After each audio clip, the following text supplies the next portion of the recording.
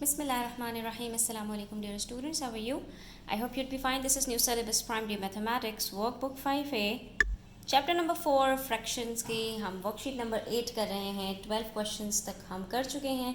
Today we are going to do question number 13 and 14, the last of all in this worksheet. ठीक है. So let's begin our today's lesson. But before that, please hit the like button, share it with your friends, and subscribe to my channel if you haven't subscribed it. And yes, please watch the video till the end. So there were 1890 participants, means 1890 participants at an audition for a talent competition. ठीक है, इतने बच्चों ने participate किया. 7/9 of the participants were adults, जिसमें से जो total units अगर हम इसके बनाएं 9, तो उसमें से 7 units जो थे वो adults थे and rest were children, और बाकी जो थे वो 2 यानी कि 2/9 वो बच्चे थे. Among the children there were 3 times as many girls as boys. How many girls auditioned for the competition? तो ये बताइए कि कितनी गर्ल्स ने ऑडिशन में हिस्सा लिया है. तो सबसे पहले तो हम टोटल चिल्ड्रन का जो नंबर है ना वो निकाल लेते हैं. कैसे? हमें ये बताया है कि ये जो टोटल नंबर है इसमें यूनिट्स कितने हैं 9, जिसमें से अडल्ट के जो यूनिट्स हैं वो 7 है, तो चिल्ड्रन के यूनिट्स कितने होंगे 2, यानी कि टोटल 1890 में से 2/9 चिल्ड्रन हैं. तो अगर हम इन दोनों को आपस में मल्टीप्लाई कर लें एक फ्रैक्शन को होल नंबर से जो हम सीख चुके हैं, तो हमें पता चल जाएगा कि 420 हमारे पास नंबर ऑफ़ चिल्ड्रन हैं. अब इसमें से हमें ये पता लगाना है कि गर्ल्स कितनी हैं और बॉयज़ कितने हैं. इसको एक मॉडल से समझते हैं. देखो बच्चों, हमसे यहाँ कहा क्या है, among the children there were 3 times as many girls as boys. यानी अगर एक डब्बा बॉयज़ का है तो उसके 3 टाइम्स, यानी 1 × 3 जो हमारे पास बॉक्सेस हैं वो कितने किसके होंगे, गर्ल्स के होंगे. यानी जो रेशो है हमारे पास बॉयज़ टू गर्ल्स का वो 1:3 का है. एक डब्बा अगर बॉयज़ का है तो 3 डब्बे गर्ल्स के हैं, यानी 1 यूनिट बॉयज़ का है और 3 यूनिट्स गर्ल्स के हैं. तो टोटल यूनिट्स हमारे पास कितने हो गए 4 यूनिट्स. और ये 4 यूनिट्स टोटल किसके हैं, टोटल 420 चिल्ड्रन के हैं, जिसमें से 1 यूनिट बॉयज़ का है और 3 यूनिट्स गर्ल्स के हैं. जब इतनी बात समझ में आ गई तो सवाल हल हो गया. 4 यूनिट्स मिलकर 420 चिल्ड्रन, जिसमें से 1 यूनिट बॉयज़ का है, तो 420 को 4 से डिवाइड करके पता चल जाएगा कि 1 यूनिट में कितने बच्चे होंगे 105 बच्चे होंगे. और गर्ल्स के कितने यूनिट्स हैं 3 यूनिट्स हैं, तो आप 3 से मल्टीप्लाई कर दीजिए 105 को, आपको पता चल जाएगा कि गर्ल्स कितनी हैं. तो हमने यहाँ पे बता दिया 315 गर्ल्स ऑडिशन्ड फॉर द कॉम्पिटिशन. ठीक है. अब आ जाओ क्वेश्चन नंबर 14 पर. यहाँ पर हमसे कहा जा रहा है Siti had 135 more red beads than blue beads. सीती के पास जितनी ब्लू बीड्स हैं उसमें 135 ज़्यादा कर दो तो उतनी रेड बीड्स हैं. ठीक है. After she used half of the red beads and 1/5 of the blue beads there was an equal number of red beads and blue beads. तो दोनों बराबर हो गई. जब उसने आधी रेड बीड्स यूज़ कर ली और 1/5 ऑफ ब्लू बीड्स यूज़ कर ली तो उसके बाद दोनों बीड्स बराबर हो गई. हाउ मैनी बीड्स डिड सीती हैव एट फर्स्ट. तो ये बता दो सीती के पास शुरू में टोटल रेड और ब्लू बीड्स मिलाकर कितनी बीड्स थी. इस क्वेश्चन को स्टूडेंट्स ज़रा स्टेप बाय स्टेप समझिए. ठीक है. यहाँ पर हमसे सबसे पहली बात कही कि Siti had 135 more red beads than blue beads. तो हम सपोज कर लेते हैं कि हमारे पास ब्लू बीड्स कितनी हैं x हैं. ठीक है. हमें नहीं पता कि ब्लू बीड्स कितनी हैं. हमने कहा suppose blue beads is equals to x. अब आप लोगों का एल्जेब्रा स्टार्ट होने जा रहा है, इसलिए मैं थोड़ा सा आप लोगों को इस तरफ लेके जा रही हूँ. ठीक है. इस क्वेश्चन को अगर हम इस तरह से सॉल्व करेंगे बड़ी आसानी से सॉल्व हो जाएगा. अब मैंने जब ये कहा कि ब्लू बीड्स x हैं, मुझे नहीं पता x का मतलब क्या है, मुझे नहीं पता कि ब्लू बीड्स कितनी हैं.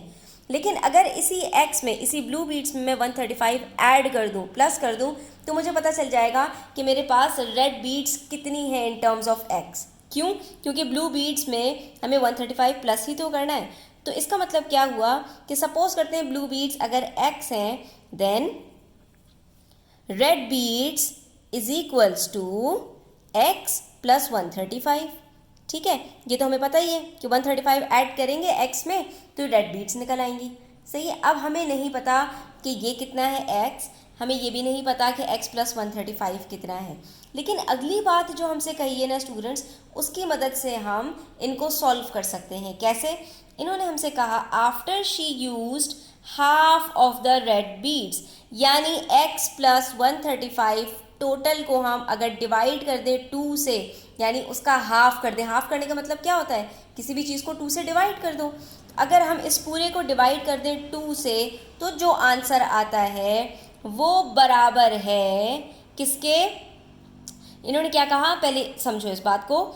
After she used half of the red beads, जब उसने आधी बीड्स यूज कर ली x प्लस 135 की, और 1/5 ऑफ द ब्लू बीड्स, और जो ये x है ना, इसमें से इसने 1/5 बीड्स यूज कर ली, तो बाकी कितनी बची?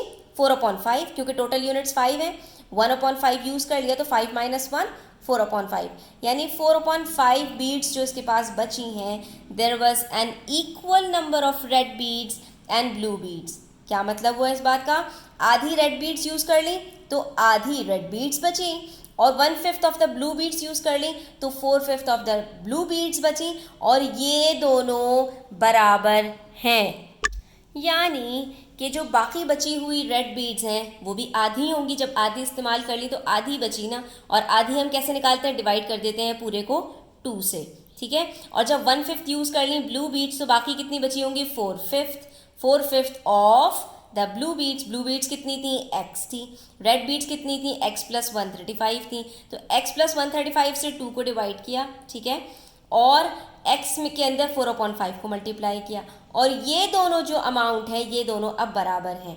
अब जो असल चीज़ है स्टूडेंट्स, वो हमें इन इक्वेशंस को सॉल्व करना आना चाहिए, ठीक है। अब ये बहुत जल्द आप करने वाले हैं इस तरह की चीज़ें, तो अभी से आप अच्छा है, आपकी प्रैक्टिस हो जाएगी। तो अब देखिए इनको किस तरह से सॉल्व करते हैं। जो चीज़ यहाँ पर डिवाइड हो रही होती है इक्वल्स टू के साइन के, जब वो सामने जाती है तो मल्टीप्लाई हो जाती है पूरी चीज़ से, और जो चीज़ यहाँ मल्टीप्लाई हो रही होती है वो यहाँ जाके डिवाइड हो जाती है दूसरी तरफ। इसी तरह से जो चीज़ यहाँ प्लस हो रही होती है दूसरी तरफ जाकर वो माइनस हो जाती है, ठीक है, और जो चीज़ यहाँ माइनस हो रही होती है वो चीज़ जाकर प्लस हो जाती है। अब यहाँ पर आप देख सकते हो इस पूरी इक्वेशन से 2 डिवाइड कर रहा है, ठीक है, तो हम पहले 2 को दूसरी तरफ ले जा सकते हैं, लेकिन उससे भी पहले हम इन दोनों को मल्टीप्लाई करेंगे। हमने मल्टीप्लाई करना सीखा हुआ है। 4 मल्टीप्लाई बाय x, 4x/5। अब देखो मेरे पास आंसर आया x plus 135/2 is equals to 4x/5। अब यहाँ पर 2 से डिवाइड हो रहा है और यहाँ पर 5 से डिवाइड हो रहा है। तो अब हम क्या करेंगे? हम ये करेंगे कि 2 को इधर ले जाएंगे, 4x से मल्टीप्लाई करवा देंगे, और 5 को इधर ले आएंगे, इससे मल्टीप्लाई करवा देंगे, ठीक है। तो ये देखिए मैं 5 से मल्टीप्लाई करवा देती हूँ इस पूरे को, x प्लस 135, ठीक है, और दूसरी तरफ मेरे पास 4x है, 4x से मैं 2 को मल्टीप्लाई करवा देती हूँ। कितना आसान है, ठीक है। अब हमने इस पूरी इक्वेशन को, ये जो हमारे पास ब्रैकेट के अंदर है, ब्रैकेट के अंदर मैंने क्यों लिखा है स्टूडेंट्स, अगर मैं सिर्फ x के साथ लगा देती तो ये सिर्फ 5x के साथ मल्टीप्लाई हो जाता। अगर मैं सिर्फ 135 के साथ लगा देती तो 5 सिर्फ 135 के साथ मल्टीप्लाई हो जाता। दोनों सूरतों में गलत हो जाता। ये 5 पूरे के साथ मल्टीप्लाई होगा, ठीक है। तो अब ये देखिए 5 मल्टीप्लाई बाय x, 5x, फिर बीच में किसका साइन है? प्लस का साइन है, तो प्लस का साइन लगा दिया। फिर 5 को मल्टीप्लाई कीजिए 135 से, क्या आंसर आता है? 675। आप करके देख भी लीजिए। जब ये पूरा हल हो गया तो दूसरी तरफ चले जाएंगे, इज इक्वल्स टू के 4 को मल्टीप्लाई करेंगे 2 से, 4 2 जार 8, और वेरिएबल अपनी जगह पर x। आप कहेंगे ये x क्यों ख़त्म नहीं हो रहा? ख़त्म होगा, अभी देखिए। अब हमारे पास कोई डिवीजन कोई मल्टीप्लिकेशन नहीं रह गया, सिर्फ एक जगह पर यहाँ पर एडिशन रह गया है। अब हम क्या करेंगे बच्चों, जो दोनों हमारे पास वेरिएबल्स है ना उनको एक साथ करेंगे। उनको एक साथ करने के लिए क्या है, बीच में प्लस का साइन है ना, इसको उठाएंगे 5x को और दूसरी तरफ ले जाएंगे, ठीक है। अब जब इसको दूसरी तरफ लेके जाएंगे तो यहाँ पर ये प्लस हो रहा है, वहाँ पर जाके क्या हो जाएगा? माइनस हो जाएगा। तो 675 is equals to 8x minus 5x, ठीक है। ये हम इक्वेशन को सॉल्व कर रहे हैं स्टूडेंट्स। अब ये दोनों एक तरफ आ गए, इसके साथ भी एक x है, इसके साथ भी एक x है। अब इन दोनों के जो हमारे पास कोफिशिएंट्स हैं, यानी वेरिएबल के साथ जो वैल्यू लगी होती है उसको हम कोफिशिएंट्स कहते हैं, उन दोनों को हम सब्ट्रैक्ट कर सकते हैं। 8 माइनस 5 कितना होता है स्टूडेंट्स? 3x।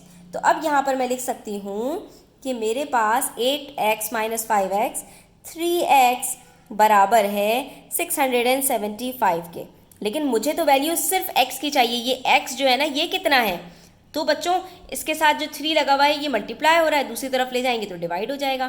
तो x को हम क्या करेंगे, 675 से डिवाइड कर देंगे दूसरी तरफ ले जाकर, तो 675 डिवाइडेड बाय 3 हो जाएगा। ठीक है, अब इस स्टेप को दोबारा देख लीजिए। आप कहेंगे कि 675 तो इस तरफ था, तो बच्चों इज इक्वल्स टू का मतलब ही यही होता है, चाहे इस तरफ लिखो चाहे उस तरफ लिखो, बात बिल्कुल बराबर है। ये इज इक्वल्स टू इसी बात की तरफ इशारा करता है, क्योंकि हमें x की वैल्यू निकालनी है, और x की वैल्यू जो भी निकालनी होती है, x हो, y हो, m हो, n हो, a हो, b हो, आपने हमेशा उसको लेफ्ट साइड पर लिखना होता है। ठीक है, अब ये देखिए सिंप्लीफाई कैसे करेंगे। 3 1s are 3, यहाँ पर 3 2s are 6, 7 है तो 3 2s are 6, 1 कैरी दिया 15 हो गया, 3 5s are 15।